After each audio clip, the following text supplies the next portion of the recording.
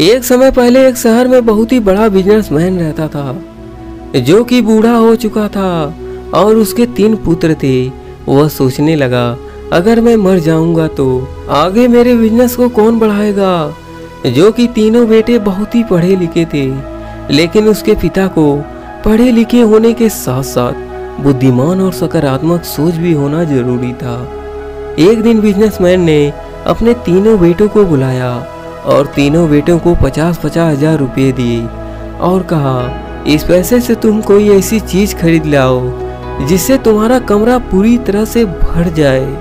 2 बेटों ने कहा, 50,000 रुपये में कोई ऐसी चीज नहीं आ सकती जिससे हमारा कमरा पूरी तरह से भर सकता है। लेकिन उनके पिता ने कहा, आपको इसी 50,000 रुपये में काम करना पड़ेगा। लेकिन तीनों बेटों की संगत अलग अलग थी।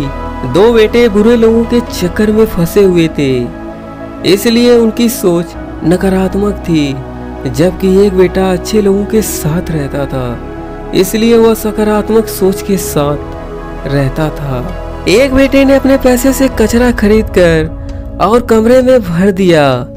दूसरे ने घास खरीदकर अपने कमरे को पूरी तरह से भर दिया। तीसरा बेटा बहुत ही बुद्धिमान था, क्योंकि वह अच्छे लोगों के संगत में रहता था।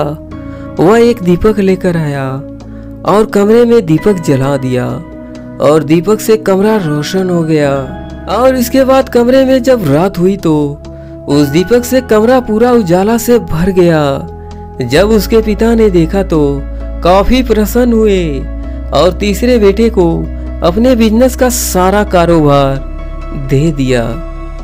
दोस्तों, इस कहानी से हमें यह सीख मिलती है कि हमें हर परिस्थिति में सकारात्मक सोच बनाए रखनी चाहिए, क्योंकि सकारात्मक सोच के साथ ही बड़ी सफलता हाथ लगती है।